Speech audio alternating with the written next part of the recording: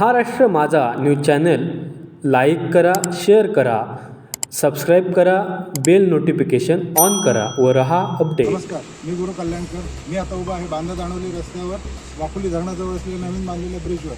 हे ब्रिज बांधून जेमतेम वर्ष दीड वर्ष झालेलं असेल, तर अशा पद्धतीने जागोजागी ह्याच्या कॉन्क्रीटमध्ये स्टील हे बाहेर आलेलं आहे. हे अशा पद्धतीने थोड्या दिवसांनी हे कॉन्क्रीट निघून जाऊन इथे भलं मोठा भगदाड पडणार आहे. तर अशा पद्धतीने जर हे होत असेल तर हे ब्रिज किती वर्ष टिकेल ही शंकाच आहे.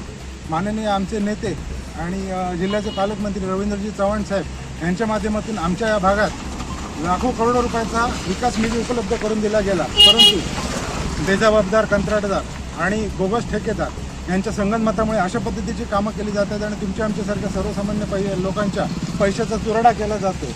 तर ह्या व्हिडिओच्या माध्यमातून मी आपल्याला सांगू इच्छितो की मी माननीय पालकमंत्री यांच्या निदर्शनास ही बाब आणून देणार आहे आणि त्यांना विनंती करणार आहे की या ब्रिजचं स्ट्रक्चरल ऑडिट करून जे कोण जबाबदार अधिकारी आणि कंत्राटदार असतील त्यांच्यावर कडक स्वरूपाची कारवाई करावी.